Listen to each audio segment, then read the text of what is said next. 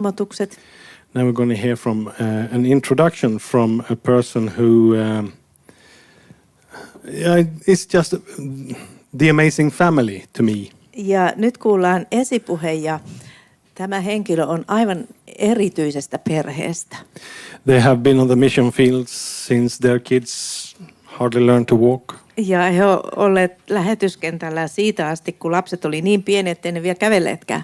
We are like the opposites, the family and my family kind of style. Ja me ollaan ihan vastakohtia. I don't want to perheinä. move because I love my bed. En halua muuttaa mihinkään, rakastan omaa sänkyäni. This family plans only 6 months ahead and let's see what happens after that. Ja tämä perhe suunnittelee vaan semmoinen 6 kuukautta eteenpäin ja sitten katsotaan, mitä sen jälkeen tapahtuu. They have been in Baltimore for years, but now they are here for at least 6 months. He on ollut Baltimoressa pitkän aikaa, mutta nyt ovat ainakin tämän puoli vuotta täällä. So it is Arto Njukanen we're going to hear from. Arto tulee jakamaan.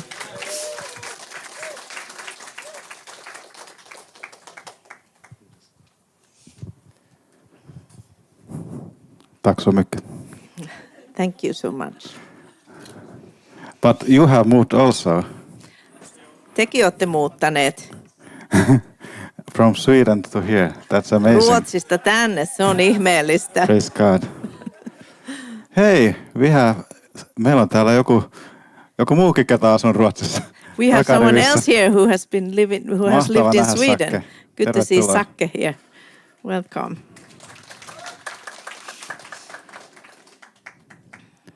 Ei viiti kertoa kaikki, ketä on tullut tänne vähän aikaa sitten uudestaan.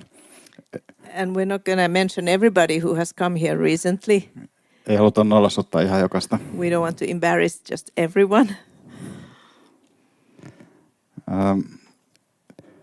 Joo, Herra, pyydetään vaan, että puhut ja vaan avaat sun sanasi ja Lord, we ask you to speak to us and open your word to us. palvelet meitä tänä iltana. And please minister to us tonight. Me tarvitaan sua We need you, Lord. ja tarvitaan sua. We so much need you. Jeesuksen nimessä me rukoillaan. In Amen. Jesus' name we pray. Amen. Tuossa Hebrealais 11 Hebrews 11.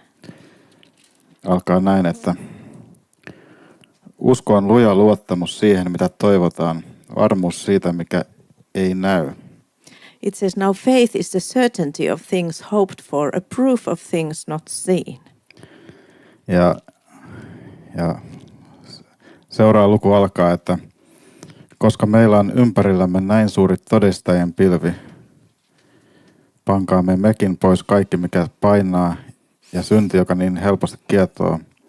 Juoskaamme kestävinä kilpailussa, joka on edessämme. And the next chapter starts, therefore, since we also have such a great cloud of witnesses surrounding us, let's rid ourselves of every obstacle and the sin which so easily entangles us, and let's run with endurance the race that is set before us.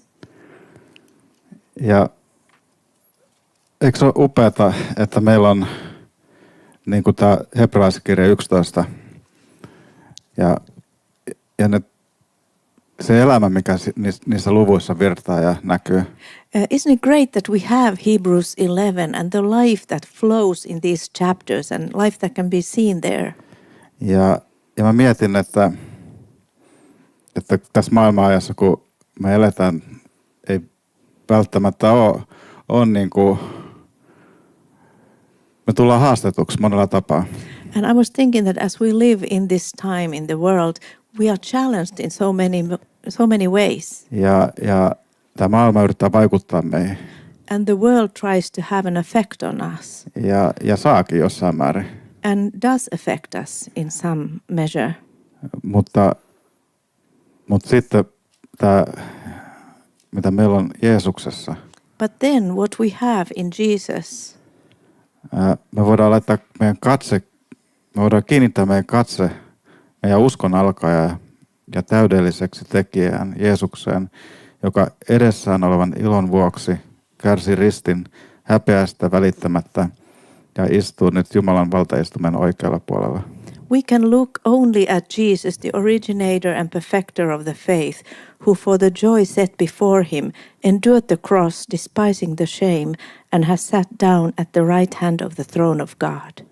Ja mitä Jeesus on tehnyt meidän vuoksi ristillä. And what Jesus has done for us on the cross. Ja se usko, joka mä saan, And the faith that I receive kun mä katson Jeesukseen. when I look to him. Ja se rohkaisee tässä arjessa päivässä. That encourages in this everyday life.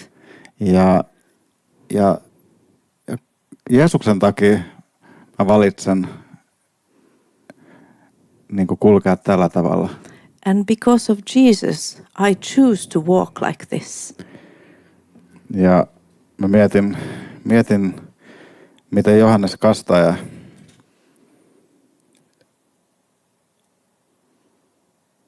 samalla tavalla eli Jumalan edessä.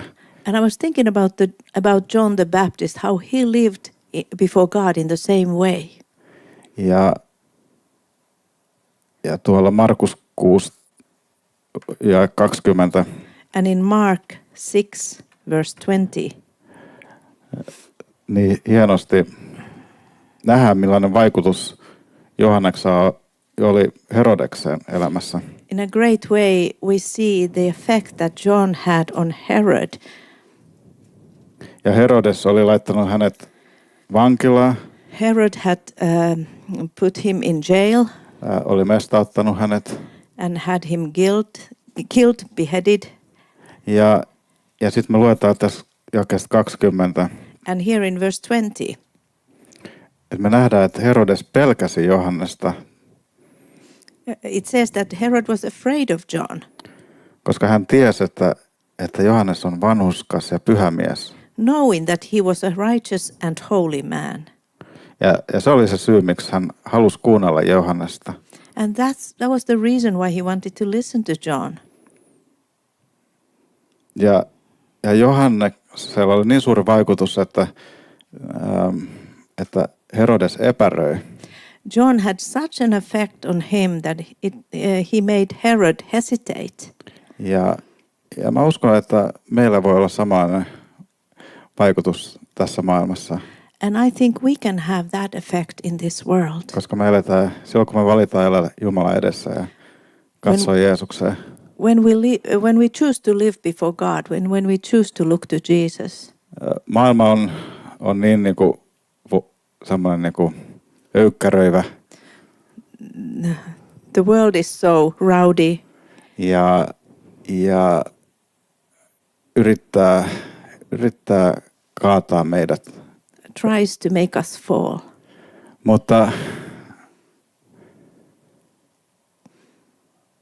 sitten, kun me katsotaan Jeesukseen, But when we look to Jesus, niin mitä käy? what happens? Ihmiset näkee sen ja he tulee epäröi. Meissä on siinä jotain ihmeellistä. People see it and there's something there. It makes people hesitate. Kristuksen luonne tulee esiin. The nature of Christ is seen. Niin kuin pastori Jussi sanoi, puhuu siitä heikkoudesta. Like Pastor Jussi said about weakness. Ja me ollaan heikkoja. We are weak. Mutta se laittaa saatanan polvet tutisemaan. But that makes Satan's knees tremble. Ja tällaista. Ja sitten jää 3 siinä hebrealaiskirjan luvussa.